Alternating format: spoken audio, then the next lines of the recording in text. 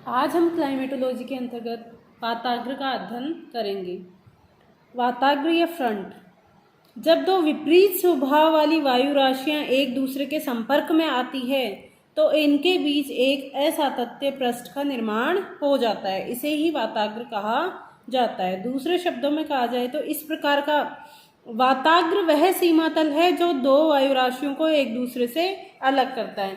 इसको अगर अपन अध्ययन करें तो जैसे दो विपरीत स्वभाव वाली वायु राशियां जब मिलती है, मान लो ये धरातल है, इधर की तरफ यहाँ है गर्म वायु और इधर की तरफ। वाताग्र बनने के लिए पहली मुख्य शर्त है कि दो विपरीत स्वभाव वाली वायु राशियों का अभिसरण होना चाहिए। अभिसरण यानी एक दूसरे की तरफ आनी चाहिए। तो जैसे ये हवाई, ये मान लो गर्म वायु है, यह है ठंडी वायु। तो जो गर्म वायु है उसकी प्रवृत्ति क्या होती है? गर्म वायु, यह ठंडी वायु है, ठंडी वायु की प्रवृत्ति होती है नीचे की तरफ बैठने की और गर्म की होती है ऊपर की तरफ उठने की। तो क्या होगा, धरातल से जैसे ही ये होगी ये गर्म वायु, तो क्या होगी, ऊपर की ओर उठेगी। और ये जो ठंडी वायु है, मान लो इसको हम इस तरीके से शो करते हैं, तो ये नीचे की तरफ बैठेगी। तो ये जो क्षेत्र है, यहाँ पर क्या हो रहा है, गर्म वायु इसके सारे ऊपर उठ रही है और ठंडी वायु इसके सारे क्या हो रही है, नीचे बैठ रही है। तो वाताग्र वह ढलवा सीमा है जिसके सहारे दो वायु राशियां अलग होती है, या वाताग्र वह सीमा तल है जो दो विपरीत स्वभाव वाली वायु राशियों को अलग करता है। अब वाताग्र निर्माण के लिए मुख्य शर्त क्या होनी चाहिए? वायु राशियों का स्वभाव अलग अलग होना चाहिए, अर्थात विपरीत स्वभाव वाली वायु राशियां होनी चाहिए। दूसरी, वायु राशियों का एक दूसरे की तरफ अभिसरण होना चाहिए। अगर वायु राशियों का अपसरण होगा तो दो विपरीत वायु राशियां मिलेगी ही नहीं। तो अभिसरण होना चाहिए। अभिसरण होने के कारण जब वायु राशियों का स्वभाव विपरीत होगा तो गर्म वायु की प्रवृत्ति होती है ऊपर उठने की और ठंडी वायु की प्रवृत्ति होती है नीचे बैठने की। तो गर्म वायु धीरे धीरे क्या होगी, इस ठंडी वायु के ऊपर की ओर जाएगी और ठंडी वायु क्या होगी, धीरे धीरे इस क्षेत्र में यहाँ पर क्या होगा, ठंडी वायु का प्रभुत्व हो जाएगा। तो इस प्रकार से इन दोनों वायु राशियों को अलग करने वाली एक जो है सीमांत का संक्रमण क्षेत्र का निर्माण हो जाएगा, जिसमें इस संक्रमण क्षेत्र के यहाँ से तो गर्म वायु ऊपर उठ रही है और इसके सारे ही जो ठंडी वायु है वो नीचे की तरफ बैठ रही है। तो वाताग्र वह ढलवा सीमा है जो दो विपरीत स्वभाव वाली वायु राशियों को अलग करता है। वाताग्र वह सीमातल है जो दो वायु राशियों को एक दूसरे से अलग करता है। नए वाताग्रों का निर्माण या क्षीणप्राय वाताग्रों के पुनः शक्तिशाली होने की प्रक्रिया को वाताग्र जनन कहते हैं। इस शब्द का प्रयोग, वाताग्र शब्द का प्रयोग सबसे पहले बर्जरान द्वारा किया गया था। जब नए वाताग्रों का निर्माण होता है या फिर जो क्षीणप्राय यानी जो मृत प्राय जो वाताग्र होते हैं, बहुत ही कमजोर, जब वो पुनः शक्तिशाली हो जाते हैं तो इस क्रिया को फ्रंटोजेनेसिस या वाताग्र जनन के नाम से जाना जाता है। वाताग्र के क्षय होने या फिर कमजोर होने की प्रक्रिया को फ्रंटोलाइसिस के नाम से जाना जाता है। तो एक हो गया फ्रंटोजेनेसिस, एक हो गया फ्रंटोलाइसिस। वाताग्र के निर्माण होने की प्रक्रिया को फ्रंटोजेनेसिस कहा जाता है और वाताग्र के क्षय होने की प्रक्रिया को फ्रंटोलाइसिस के नाम से जाना जाता है। दो अलग अलग तापमान व घनत्व वाली वायु राशियों के अभिसरण से, देखो तापमान क्या होना चाहिए, अलग अलग होना चाहिए। घनत्व में भी, तापमान में विभिन्नता होगी तो घनत्व में अपने आप विभिन्नता हो जाएगी। वायु राशियों के अभिसरण से एक क्या होना चाहिए, अभिसरण होना चाहिए, उससे ही फ्रंटोजेनेसिस होता है यानी वाताग्र का निर्माण होता है। पेटरसन ने वाताग्र को 4 वर्गों में बांटा है और इन सभी का पूर्ण रूप से विकास शीतोष्ण कटिबंधीय चक्रवातों में ही संभव है। हम देखते हैं कि शीतोष्ण कटिबंधीय चक्रवातों की जो उत्पत्ति होती है वो वाताग्र के सहारे ही होती है, अर्थात शीतोष्ण कटिबंधीय चक्रवातों में वाताग्र का स्वरूप देखने को मिलता है। पहले अगर अपन वाताग्र की बात करें तो वह है उष्ण वाताग्र या वार्म फ्रंट। उष्ण वाताग्र वह वाताग्र जिसमें उष्ण व हल्की वायु राशि आक्रामक होकर ठंडी व भारी वायु राशि के ऊपर चढ़ती है, इसे उष्ण वाताग्र कहा जाता है। देखो हम कंपैरेटिव अगर अध्ययन करते हैं तो सबसे पहले लेते हैं उष्ण वाताग्र। दूसरा लेते हैं शीत वाताग्र। अब जब दो विपरीत स्वभाव वाली वायु राशियां, ये मान लो गर्म वायु राशि है और इधर ठंडी वायु राशि है,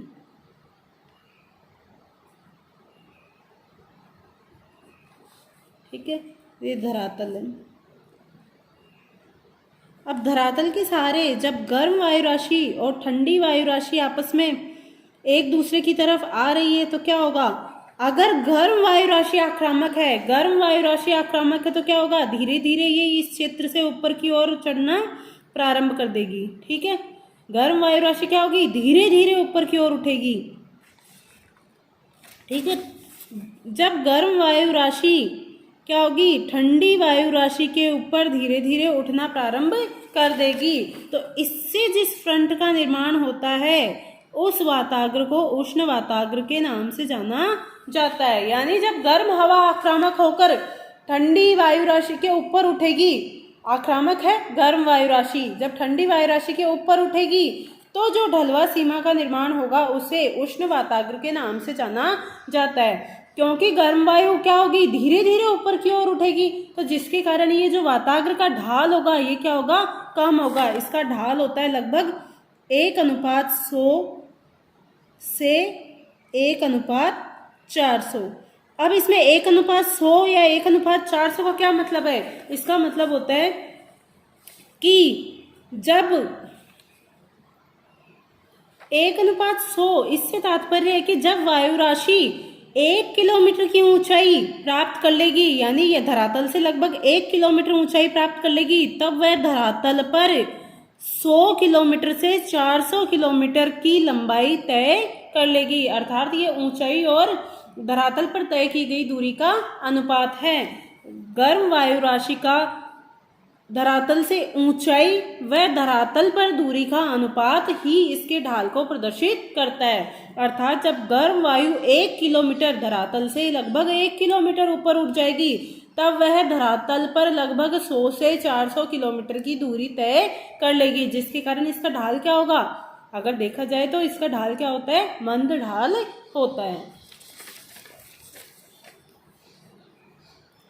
उष्ण वाताग्र या वार्म फ्रंट, जिसमें उष्ण व हल्की वायु राशि, उष्ण जो वायु राशि होगी वो कैसी होगी? हल्की होगी, जिसके कारण यह आक्रामक होकर ठंडी व भारी वायु राशि के ऊपर चढ़ती है। इसे ही वार्म फ्रंट के नाम से जाना जाता है। इस वाताग्र का ढाल 1:100 से 400 होता है, जिसका कारण आप समझ चुके हो।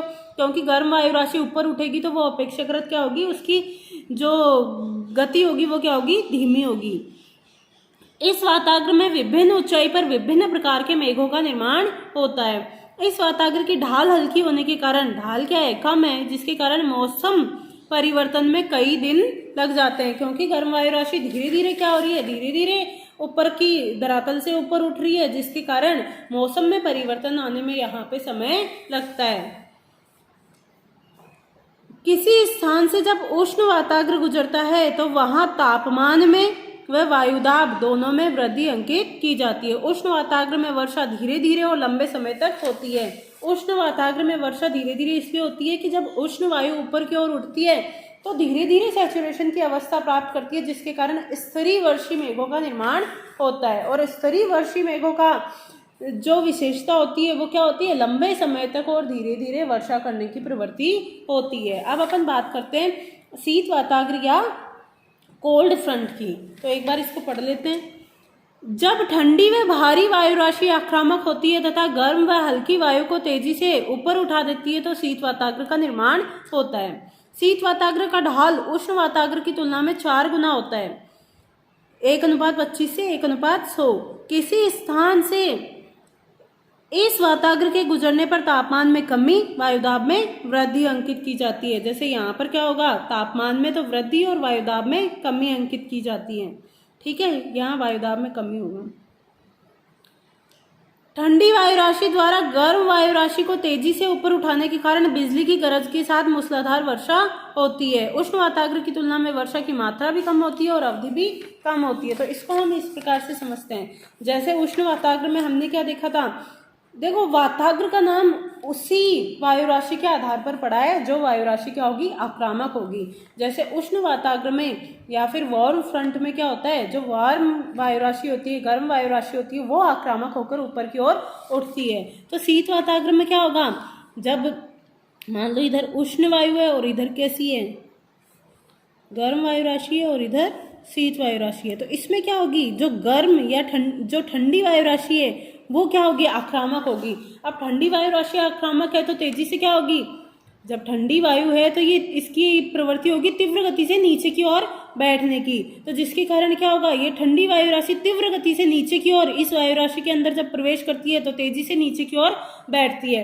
तेजी से नीचे की ओर बैठेगी तो इस गर्म वायु राशि को क्या करेगी, अचानक ऊपर उठा देगी, जिसके कारण जो फ्रंट निर्माण होगा वो कैसा होगा, इसके सहारे ढाल कैसा होगा, देखा जाए तो ढाल बहुत ही तीव्र होगा, क्योंकि ठंडी वायु राशि तेजी से नीचे की ओर गर्म वायु राशि में जैसे ही प्रवेश करेगी नीचे की ओर बैठ जाएगी और गर्म वायु राशि को तीव्र गति से ऊपर उठा देगी, जिसके कारण ये फ्रंट कैसे होगा, फ्रंट जो होगा इसका ढाल बहुत ही तीव्र होगा।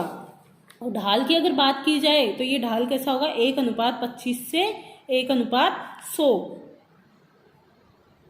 तो ये देखो इससे कितना है, लगभग 4 गुना अधिक है। 4 गुना अधिक कैसे है, गर्म जो उष्ण वाताग्र है, वार्म फ्रंट है, उसमें जब गर्म वायु राशि ऊपर धीरे धीरे उठती है तो जब वह धरातल से 1 किलोमीटर ऊपर उठ जाती है तो धरातल पर वह लगभग 100 से 400 किलोमीटर की दूरी तय कर चुकी होती है। लेकिन जब शीत वाताग्र की हम बात करें तो ठंडी वायु राशि तीव्र गति से नीचे बैठ रही है तो इस गर्म हवा को भी तेजी से ऊपर उठा रही है। तो जैसे ही ये तेजी से ऊपर उठाएगी तो क्या होगा, ऊपर उठाएगी तो ऊंचाई में अचानक ही क्या हो जाएगी, वृद्धि हो जाएगी। तो इसमें जो गर्म वायु राशि है वो तीव्र गति से ऊपर उठने के कारण यहाँ पर क्या होगा, नीचे बैठने से, ठंडी वायु राशि के नीचे बैठने से क्या होगा कि जब धरातल से 1 किलोमीटर की ऊंचाई को ये वाताग्र प्राप्त करेगा तभी क्या होगा, धरातल पर लगभग ये 25 किलोमीटर की दूरी तय कर पाएगा, अर्थात कम दूरी में ही ये अधिक ऊंचाई प्राप्त कर लेगा, जिसके कारण वाताग्र कैसा होगा, खड़े ढाल वाला वाताग्र होगा। सामान्यतः अगर इसकी बात की जाए तो ये इस प्रकार का होता है, ये तेजी से नीचे बैठ गई, ये तेजी से ऊपर उठ गई, तो इस प्रकार की वाताग्र का निर्माण ये करता है। इसके सहारे क्या हो रही है, गर्म वायु राशि ऊपर उठ रही है और यहाँ तीव्र गति से ठंडी वायु राशि नीचे की ओर बैठ रही है। तो इस प्रकार के वाताग्र का, तीव्र ढालनुमा वाताग्र का निर्माण होता है, जिसे शीत वाताग्र या कोल्ड फ्रंट के नाम से जाना जाता है। अब अगर इसमें अंतर तुमसे पूछा जाए उष्ण वाताग्र व शीत वाताग्र में क्या अंतर है, तो सबसे पहले उष्ण वाताग्र में गर्म वायु राशि आक्रामक होती है और धीरे धीरे क्या होती है, ठंडी वायु राशि के ऊपर की ओर चढ़ती है। अब शीत वाताग्र की अगर बात की जाए तो इसमें शीत वायु या ठंडी वायु राशि आक्रामक होती है और तीव्र गति से क्या करती है, गर्म वायु राशि के नीचे बैठना प्रारंभ कर देती है और गर्म वायु राशि को तीव्र गति से ऊपर उठाती है। ठीक है। उष्ण वाताग्र में वायु राशि का ढाल कम होता है, जिसका मान होता है 1:100 से 1:400। शीत वाताग्र में वाताग्र का ढाल बहुत ही तीव्र होता है, जिसका मान 1:25 से 1:100 होता है। इसमें शीत वाताग्र कोल्ड फ्रंट में वाताग्र का ढाल वार्म फ्रंट की तुलना में लगभग 4 गुना अधिक होता है। अब उष्ण वाताग्र की अगर बात की जाए तो उष्ण वाताग्र के आते ही उस क्षेत्र विशेष का तापमान बढ़ जाएगा और वायुदाब घट जाएगा। शीत वाताग्र के आते ही उस क्षेत्र विशेष का तापमान घट जाएगा, तापमान क्या होगा, घट जाएगा और वायुदाब क्या होगा, वायुदाब भी घट जाएगा, वायुदाब बढ़ जाएगा, सॉरी। ठीक है। तो जैसे ही शीत वाताग्र आएगा टेम्परेचर क्या होगा, टेम्परेचर कम हो जाएगा, टेम्परेचर कम होते ही प्रेशर क्या हो जाएगा, बढ़ जाएगा, उस क्षेत्र विशेष का वायुदाब बढ़ जाएगा। यहाँ पर टेम्परेचर क्या होगा, यहाँ पर टेम्परेचर जैसे ही गर्म वायु राशि आ रही है तो गर्म वायु राशि के आते ही क्या होगा, आक्रामक क्या है, गर्म वायु राशि, जिसके कारण टेम्परेचर बढ़ जाएगा और प्रेशर क्या हो जाएगा, कम हो जाएगा। उष्ण वाताग्र के सहारे बनने वाले बादल कैसे होंगे, जो बादल बनेंगे मेघ, वो वर्षा स्तरीय मेघ, वर्षा स्तरीय मेघों का निर्माण होगा, जबकि शीत वाताग्र के सहारे कौन से कपासी वर्षी मेघों का निर्माण होगा, कपासी वर्षी मेघों का निर्माण होगा। तो उष्ण वाताग्र के सहारे होने वाली वर्षा क्या होगी, उष्ण वाताग्र के सहारे होने वाली वर्षा अपेक्षाकृत धीमी गति से होगी और लंबे समय तक चलने वाली वर्षा होगी, क्योंकि वो वर्षा किसके द्वारा हो रही है, वर्षा स्तरीय मेघों के द्वारा। जबकि शीत वाताग्र के सहारे होने वाली वर्षा कैसी होगी, तीव्र व मूसलाधार वर्षा होगी और कम समय के लिए होगी। क्योंकि वर्षा किसके द्वारा हो रही है, कपासी वर्षी मेघों के द्वारा हो रही है। तो ये अंतर आप डिफाइन कर सकते हो। अब नेक्स्ट हम लेते हैं तीसरा, अभिविष्ट वाताग्र या संशोधित वाताग्र, जिसको ऑक्यूलेटेड फ्रंट के नाम से जाना जाता है। प्राय